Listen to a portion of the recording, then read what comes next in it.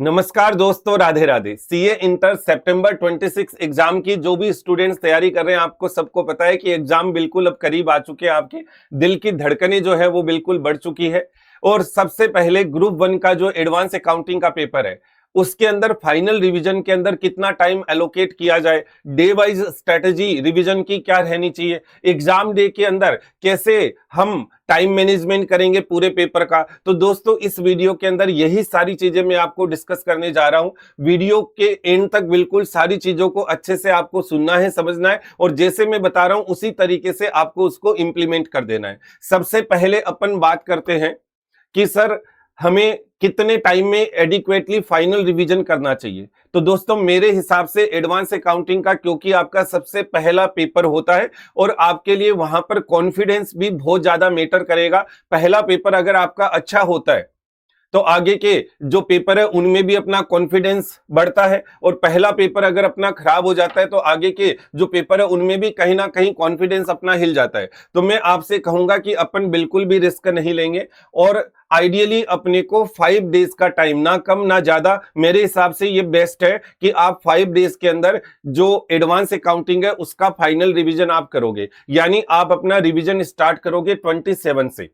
अब ये जो 5 डेज में आप रिवीजन करोगे, इसमें आपकी डे वाइज स्ट्रेटेजी कैसे रहनी चाहिए, डे वाइज प्लानर कैसा रहना चाहिए। तो देखो, यहां पर मैं आपके सामने इसका डे वाइज प्लानर भी लेके आया हूं।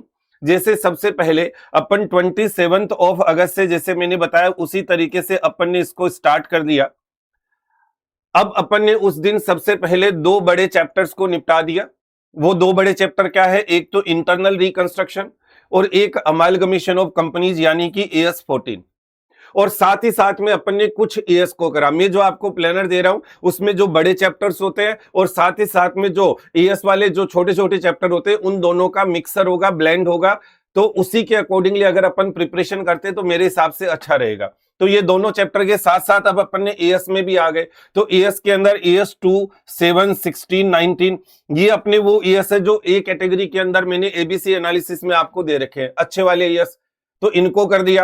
अगर आपको लग रहा है कि टाइम बचा है और कुछ सी कैटेगरी के भी साथ साथ में जो छोटे थ्योरेटिकल एएस है उनको भी साथ में निपटा लेते हैं, तो साथ साथ में AS 4 और 5 को भी अपन ने कर लिया। अब इनके अंदर भी अगर अपने को टाइम एलोकेशन चाहिए, मैं मान के चल रहा हूं आप एग्जाम टाइम में 12 आवर्स का तो लगभग स्टडी इफेक्टिवली करोगे ही करोगे। अब एग्जाम टाइम में 12 आवर्स की अगर स्टडी करोगे इफेक्टिवली, तो IR के अंदर आप 2 आवर्स दे दो।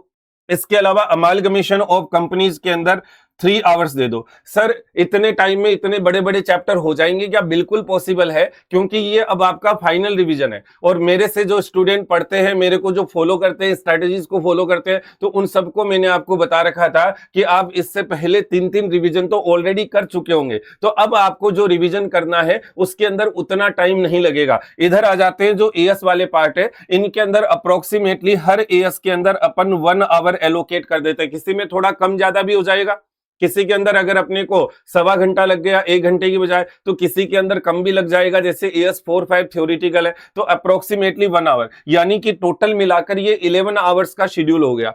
1 आवर अपन ने अपने पास में बफर रख लिया 12 आवर्स के अकॉर्डिंगली, ताकि वो जो 1 आवर है उसमें और कोई कमी अगर अपनी रही है तो उसको उस दिन के लिए पूरा कर देंगे। इसी पैटर्न से अपन डे 2 में आ गए, यानी 28 अगस्त को आ गए। अपन एक छोटा, जो बड़ा प्रैक्टिकल है लेकिन बाकी के कंपैरेटिवली थोड़ा छोटा है, बाईबैक ऑफ सिक्योरिटीज, वो कर दिया। और उसके साथ एक कंसोलिडेटेड फाइनेंशियल स्टेटमेंट भी कर दिया। ES 21, 23, 27। कई बार स्टूडेंट्स बोलते हैं सर 23, 27 को भी करके जाना चाहिएगा। बिल्कुल करके जाना चाहिए। इधर आगे AS के अंदर AS 20, 22, 28, 11 ये कर दिए, और इसके अलावा AS 1 और 4 इनको कंप्लीट कर दिया। वही पैटर्न हो गया। बाईबैक के अंदर ज्यादा टाइम नहीं लगेगा, मेरे ख्याल से 1.5 आवर्स में अपन बाईबैक को कर पाएंगे। और उसके अलावा 3.5 आवर्स अपन यहां पर डेडिकेट कर देंगे कंसोलिडेशन के लिए। इधर आ गए, वही वापस से 1 आवर अपन हर एक एएस के लिए एलोकेट कर देंगे। इस पैटर्न से अपन स्टडी कर सकते हैं। आप अपने हिसाब से थोड़ा बहुत इधर उधर कस्टमाइजेशन भी कर सकते हैं। 11 आवर और वही 1 आवर अपना बफर हो गया। चलिए आगे बढ़ते हैं। थर्ड डे आ जाते हैं 29 अगस्त को। कैश फ्लो और फिनेंशियल स्टेटमेंट दोनों चैप्टर को कर दिया, और इधर आ गए अपन AS 10, 12, 15, 17 को कर दिया, 9 और 18 को कर दिया। अब इनके अंदर कितना कितना टाइम चाहिए, कैश फ्लो में भी 2.5 आवर, फाइनेंशियल स्टेटमेंट में भी 2.5 आवर। फाइनेंशियल स्टेटमेंट में एग्जाम के अंदर लगभग हर बार 14 मार्क का क्वेश्चन, कई बार तो 16, 18, 20 तक भी ऐसे ही पूछ चुका है, तो अच्छे से अपने को करके जाना चाहिए। इसके अलावा इधर आ जाते हैं, वही अपन 1 आवर ईच एलोकेट कर देंगे, तो इस तरीके से अपना 11 आवर का शेड्यूल हो गया। 1 आवर अपन ने बफर के अंदर रख लिया। 30th, इसके बाद में अपन आ गए 30th ऑफ अगस्त को। 30th ऑफ अगस्त को अपन ने यहां पर ES13 जो अकाउंटिंग फॉर इन्वेस्टमेंट है और साथ साथ में ब्रांच, इन दोनों को कंप्लीट कर दिया। इधर आगे AS25, 29, 26 कर दिया। एक फ्रेमवर्क का चैप्टर, उसमें से भी कई बार एग्जाम में जो 6 वाला क्वेश्चन है, इसमें 4 मार्क का आपको पूछ लेता है। इंट्रोडक्शन इन एप्लीकेशन वाला छोटा सा चैप्टर है, उसको अपन ने खत्म कर दिया। अब इनके अंदर अगर अपन टाइम एलोकेट करें तो अपन ने 2 आवर एलोकेट कर दिया अपन ने यहां पर इन्वेस्टमेंट को, 3 आवर अपन ने एलोकेट कर दिए ब्रांच को। और इधर वापस से अपना वही पैटर्न 1 आवर ईच अपन ने एलोकेट कर दिए। 11 आवर्स हो गए, 1 आवर का अपना अगेन रह गया बफर। ठीक है, अब आगे अपन ये 4 दिन के अंदर अपना कोर्स को खत्म कर दिए। तो 4 दिन में कोर्स को खत्म करके एक बार फिर से अपन ट्राई करेंगे कि अपन एक बार, जैसे बाकी सब्जेक्ट में अपन 1.5 डेज वाला रिवीजन करते हैं, वैसे ही यहां पर भी एक बार अपन वो रिवीजन करेंगे। तो 31 ऑफ अगस्त से अपन शुरू करके और एग्जाम से पहले तक अगर कोई अपनी इस शेड्यूल के अंदर कोई कमी रह गई उसको पूरा कर लेंगे, और एक बार अपन इसको पूरा का पूरा वापस से रिवीजन करने का भी टारगेट करेंगे। इस तरीके से ये पूरा का पूरा सिलेबस मैंने आपको 5 डेज के अंदर एलोकेट करके बता दिया। 4 डेज में एक रिवीजन और उसके बाद दोबारा से एक क्विक रिवीजन वापस से एग्जाम में जाने से पहले का। ठीक है सर। अब आप जब ये रिवीजन करते हो तो इसमें एक छोटी सी बात आपको ध्यान रखनी है कि सर क्या हमें लिख लिख कर प्रैक्टिस करनी पड़ेगी, या अब वो टाइम चला गया? लिख लिख के अब आप प्रैक्टिस नहीं कर सकते, इतना टाइम अपने पास में नहीं है, क्योंकि अपन ऑलरेडी ये काम फर्स्ट रिवीजन में, फिर थोड़ा लिखने का काम सेकेंड रिवीजन में, फिर थर्ड रिवीजन में ये सब कर चुके, उनके साथ मॉक टेस्ट दे चुके। तो आपको क्या करना है, आपको अब जो भी आपने मार्क किया था, फिल्टर पोर्शन किया था, याद करो जब भी आप फर्स्ट रिवीजन कर रहे थे मैंने बार बार आपको कहा था कि कुछ भी पढ़ रहे हो उसके अंदर मार्किंग भी कर लो अपनी, कि क्या क्या चीजें कॉन्सेप्ट में, क्वेश्चन के पॉइंट्स में, पूरे क्वेश्चन में स्पेशल है जो मुझे बार बार पढ़ने की जरूरत पड़ेगी। तो उन्हीं कॉन्सेप्ट को, उन्हीं क्वेश्चन के एडजस्टमेंट को, या कोई क्वेश्चन आपको पूरा स्पेशल लगा तो वो पूरा क्वेश्चन, उन सब चीजों की आपको यहां पर ऑडिट करके रिवाइज करना है उनको। दूसरी चीज, जो प्रैक्टिकल एक्सपोजर है, क्वेश्चंस है और कॉन्सेप्चुअल क्लैरिटी है, इसमें आपका सबसे ज्यादा फोकस होना चाहिए। क्यों? क्योंकि एग्जाम में जो थ्योरेटिकल पोर्शन है वो तो मैक्स टू मैक्स सारा मिलाकर 8-10 नंबर का मैक्स टू मैक्स पूछा जा सकता है, बाकी सारा तो सारा न्यूमेरिकल अप्रोच पे होता है। तो आपको उसके लिए कॉन्सेप्चुअल क्लैरिटी और प्रैक्टिकल एक्सपोजर की जरूरत पड़ेगी। जो लोवेस्ट प्रायोरिटी चैप्टर है, जो मैंने सी कैटेगरी बना रखी है, उनको लोवेस्ट कैटेगरी में रख सकते हो। आपको जो जो डेली टारगेट दिए उनमें अगर आपको लग रहा है यार ये पूरे नहीं हो पा रहे, तो आप सी कैटेगरी वाले टारगेट्स को डे वाइज में मैंने उनको एलोकेट किया हुआ है। जैसे यहां पर ये सी कैटेगरी यहां पर है, तो इनको आप होल्ड पे रख सकते हो।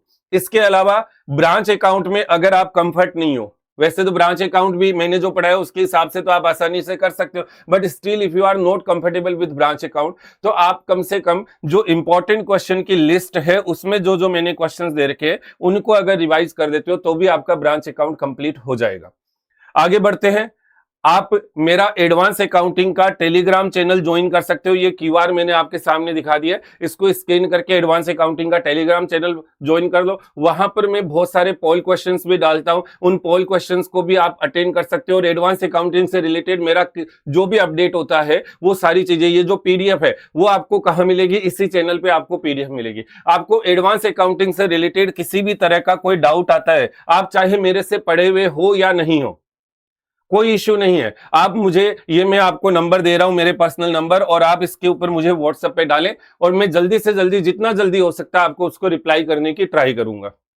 कोई भी डाउट, चाहे आपका क्वेश्चन से रिलेटेड, कॉन्सेप्ट से रिलेटेड किसी तरह का कोई डाउट है, आपको कोई स्ट्रेटेजी इंप्लीमेंटेशन में किसी तरह का कोई इश्यू है, टाइम मैनेजमेंट में कोई इशू है, कोई भी चीज है, आप उसको मेरे को व्हाट्सएप डाल सकते हो, कहीं कोई दिक्कत वाली बात नहीं है। चलिए आगे बढ़ते हैं। ये तो हो गया प्लानर रिवीजन का कैसे रहेगा फाइनल।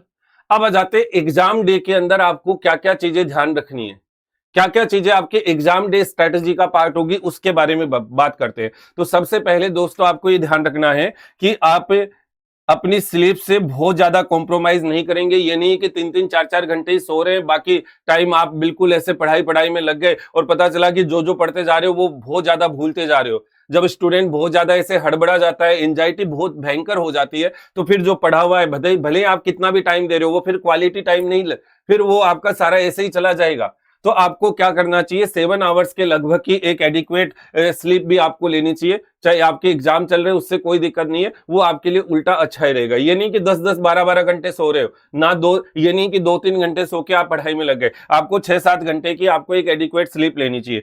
एग्जाम सेंटर जो भी आपका है उस पे आपको टाइम से पहले ही पहुंच जाना है।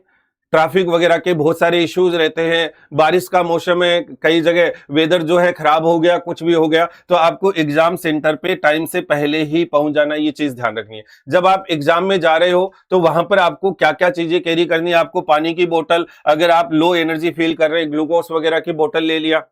इसके अलावा कैलकुलेटर 2 लेने हैं साथ में। कई बार होता है एक कैलकुलेटर मशीन है, कभी भी खराब हो सकती है, कभी भी जवाब दे दे, तो आपके पास एक बैकअप में कैलकुलेटर होना चाहिए। एग्जाम के अंदर कोई भी दूसरा आपको कैलकुलेटर नहीं देगा। तीसरी चीज, आपको ब्लैक पेन लेके जाने हैं, मल्टीपल ब्लैक पेन।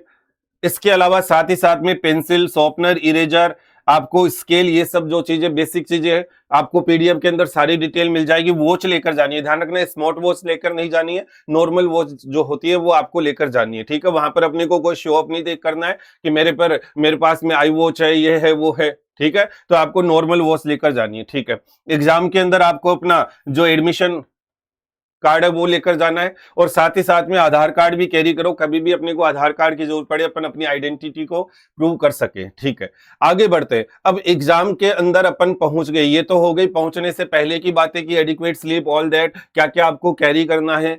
अब आ गए अपन 15 मिनट का यहां पर स्ट्रेटेजी, जो रीडिंग टाइम है उसको कैसे इंप्लीमेंट करेंगे, बहुत क्रूशियल होता है। सबसे पहले जो आपके आंसर सीट की बेसिक डिटेल है उनको केयरफुली अच्छे से फिल कर दो। ये फिल करने के बाद अब आ जाओ, आपको जो रीडिंग करना है वो डिस्क्रिप्टिव क्वेश्चंस को रीड करना है, और आपको जो 5 क्वेश्चन अटेंड करने होते हैं डिस्क्रिप्टिव में से, आपको पता है उनमें से कम 4 क्वेश्चंस को आइडेंटिफाई कर लो और उनकी प्रायोरिटाइज कर लो उनको, कि पहले कौन सा करना है, उसके बाद कौन सा करना है, उसके बाद कौन सा करना है, तो आपको उनको प्रायोरिटाइज कर देना है, 4 क्वेश्चन को कम से कम। अब उसके अंदर क्राइटेरिया क्या होना चाहिए, जो आपको आते हैं इजी है वो तो है ही ऑब्वियसली, जो कॉपी पेस्ट देखते पता चल गया अरे यार ये तो वो वाला क्वेश्चन है, तो आपने उन, इसके साथ साथ में ये भी ध्यान रखना है जो कम लेंदी हो। कई बार होता है कि कोई क्वेश्चन अपने को लग रहा है आता है लेकिन लेंदी बहुत ज्यादा है, और जब आप उसका आंसर लिखना चालू करते हो फिर उसके अंदर नई नई चीजें पता चलती है और अपना कॉन्फिडेंस खराब हो जाता है कि यार 1 घंटा खत्म होने वाला है और ये क्वेश्चन खत्म होने का नाम ही नहीं ले।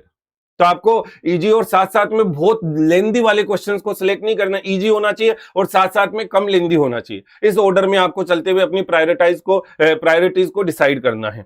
इसके बाद में अपन आ जाते हैं 3 आवर की स्ट्रेटेजी में, जब अपने को लिखना शुरू करना है, ये सबसे क्रूशियल।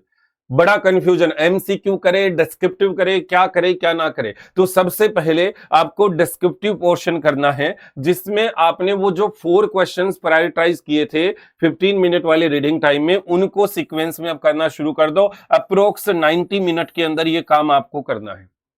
उसके बाद जब आपने ये क्वेश्चंस कर दिए तो फिर आ जाओ एमसीक्यू पोर्शन के अंदर, एमसीक्यू के अंदर आ जाओ।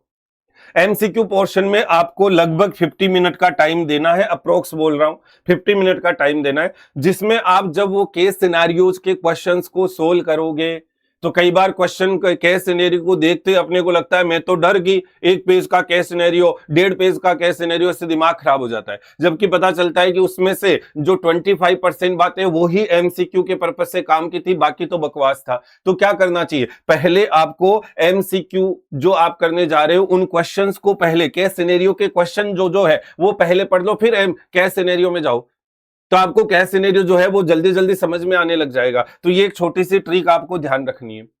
उसके बाद जब आप एमसीक्यू पोर्शन को कर लो तो फिर अभी भी 40 मिनट अप्रोक्सीमेट अपने पास बचे। इसके अंदर जो आपका डिस्क्रिप्टिव पोर्शन का पेंडिंग पार्ट था, एक क्वेश्चन और बचा हुआ था, वो आप अपना कंप्लीट कर लो। इस तरीके से आपको मेरे हिसाब से ये 3 आवर की पूरी स्ट्रैटेजी को इंप्लीमेंट करना चाहिए। अब वो जो 3 आवर में आप अटेंड करोगे पेपर को, कुछ छोटी छोटी बेसिक बातें भी साथ में बता रहा हूं, ध्यान से सुनिएगा। वीडियो को एंड तक देखना, सारी बातें एक एक चीज जो बता रहा हूं सब काम की, नहीं कि काम का हो गया प्लेनर डिस्कस हो गया, सारी चीजें काम की है। ठीक है, क्या करोगे आप जब क्वेश्चन को कोई भी स्टार्ट करोगे तो आपको उसका हेडिंग अच्छे से लिखना है। अच्छा, मैं 1C कर रहा हूं, अच्छे से सेंट्रलाइज हेडिंग के बेसिस पे 1C को हाईलाइट करके अंडरलाइन करके लिख दिया, अच्छे से लिखना है। और हर बार नए पेज से आपको कोई भी क्वेश्चन स्टार्ट कर रहे हो, चाहे सब क्वेश्चन है 1A है उसके बाद 1B कर रहे हो, तो ऑलवेज न्यू पेज से उसको स्टार्ट करोगे। ठीक है। दूसरा, कोई भी क्वेश्चन है आपको लग रहा है कि यार ये तो वो क्वेश्चन है जो अपन ने किया हुआ 3 बार किया हुआ, वही है, कई बार एक आधा पॉइंट उसमें चेंज कर देता है, एक आधे टर्म में चेंज कर देता है और पता चलता है कि उसी की वजह से पूरा का पूरा माहौल चेंज हो गया। तो आपको क्या करना है, क्वेश्चंस की लैंग्वेज को हमेशा केयरफुली पढ़ना है, भले ही कितना ही लगे कि ये तो कॉपी पेस्ट क्वेश्चन है, तो भी अच्छे से पढ़ना है। पहले क्वेश्चन से ही स्पीड को मेंटेन करना है। अपन शुरुआत में जमा जमा कर अच्छा अच्छा लिखते हैं, फिर लास्ट के अंदर अपन स्पीड को ऐसे पूरा का पूरा वहां पर एक्सप्रेस वे बना देते हैं और शुरुआत के अंदर अपन बिल्कुल धीरे धीरे लिखते हैं। तो आपको क्या करना है, पहले क्वेश्चन से स्पीड को बढ़ाकर चलना है, ये चीज ध्यान रखनी है।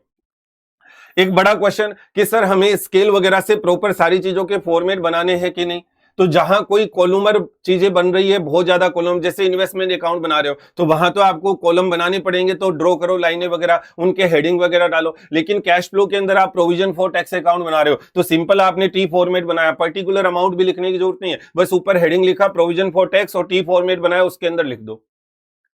जो भी आप लिख रहे हो अमाउंट, वो एक सीक्वेंस में आपको अलाइनमेंट में दिखने चाहिए, नहीं कि जिगजैग कर रहे हो, इधर उधर कर रहे हो। ये छोटी छोटी बेसिक बातें आपको समझा रहा हूं जो आपको ध्यान रखनी है। जर्नल एंट्री जब भी बना रहे हो तो उस जर्नल एंट्री के साथ हमेशा उसकी एक नरेशन छोटी सी लिख दो, प्यारी सी छोटी सी नरेशन, ये नहीं कि बहुत बड़ी नरेशन एग्जैक्ट मैच करके लिखनी है, लेकिन छोटी सी नरेशन आपको उसके अंदर लिख देनी है। छोटी सी बात आपको ध्यान रखनी है।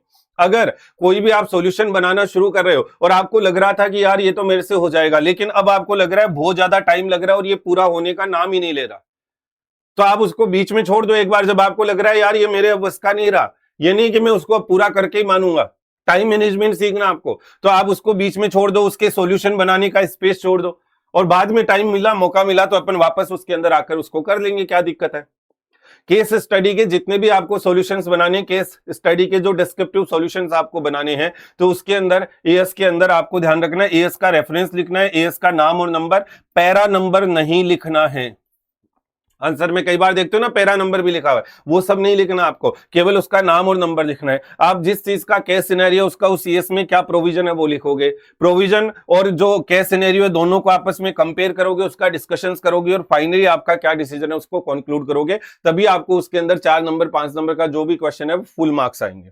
उसके बाद आ जाते हैं कुछ चीजें और है जिनमें सावधानी हटी सब्जी पूरी बटी, कुछ चीजें हैं जिनको आपको नहीं करना है। क्या नहीं करना है, सबसे पहले कंजस्टेड सॉल्यूशन, अब मारवाड़ी में बोलते बिल्कुल ऐसे लिख दिया, मुसा मुसा कर लिख दिया, कंजस्टेड लिख दिया, तो आपको कंजस्टेड नहीं लिखना है, खुला खुला लिखना है एकदम बिल्कुल, ताकि एग्जामिनर को चेक करने में ज्यादा दिक्कतें नहीं हो।